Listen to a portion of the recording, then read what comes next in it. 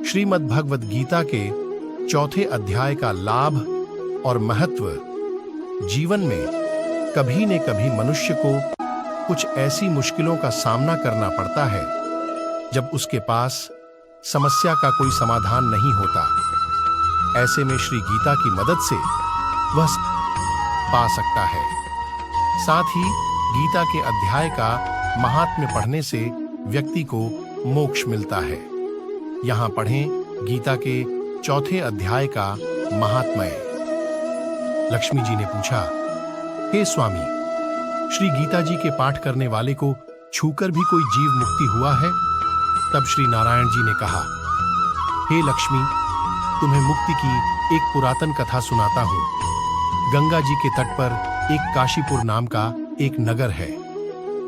वहां एक वैष्णव रहता था। वह नित्य गंगा स्नान पर श्री गीता जी के चौथे अध्याय का पाठ करता था। एक दिन साधु वहां बैठ गया और बैठते ही उसको निद्रा आ गई। एक बेरी से उसके पांव लगे और दूसरी से सिर लग गया।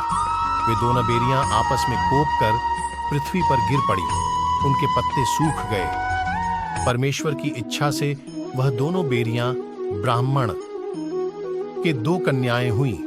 फिर ब्राह्मण के घर जन्म लेकर उन दोनों कन्याओं ने तपस्या करना आरंभ कर दिया। जब वे दोनों बड़ी हुईं, तब उनके माता पिता ने कहा, हे पुत्रियों, अब तुम्हारा विवाह करते हैं। तब उन्होंने माता पिता से कहा, हम विवाह नहीं करेंगे। उनको अपने पिछले जन्म की खबर थी। उन्होंने कहा, हमारी एक यही अभिलाषा है कि वह साधु हमें पुण्य दर्शन दें, जिसके स्पर्श करने से हमें अधम देह से छुटकारा मिला और यह देह मिली, वह मिले तो हड्डा अच्छा हो। यह विचार कर उन दोनों ने माता पिता को तीर्थ करने की आज्ञा मांगी। तब माता पिता ने उन्हें तीर्थ यात्रा की आज्ञा दी। तीर्थ यात्रा करती करती वह बनारस पहुंची तो वहां जाकर देखा कि वह तपस्वी बैठे हैं, जिनकी कृपा से हम बेरी की देह से छूटी हैं। तब उन दोनों कन्याओं के चरण वंदना की। साधु ने कहा, तुम कौन हो? कन्याओं ने कहा, हम पिछले जन्म में बेरियों की योनि में थीं। एक दिन वन में तुमको बहुत धूप लगी, तब तुम बेरियों की छाया के तले आ बैठे।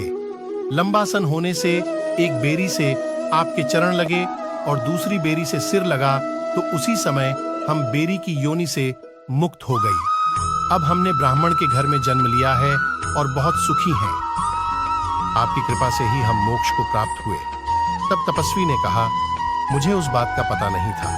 अब आप आज्ञा करें, मैं आपकी क्या सेवा करूं, क्योंकि तुम ब्राह्मण उत्तम जन्म श्री नारायण का मुख हो। तब उन कन्याओं ने कहा कि आप हमको श्री गीता जी के चौथे अध्याय का फल प्रदान करो। देव देही पाकर सुखी होवे। तब उस तपस्वी ने उन्हें गीता जी के चौथे अध्याय का पाठ का फल दिया। फल के देते ही आकाश से विमान आइए। तब उन दोनों देवी देही पाकर बैकुंठ के गमन किया। श्री नारायण, हे लक्ष्मी, यह चौथे अध्याय का महात्म्य है।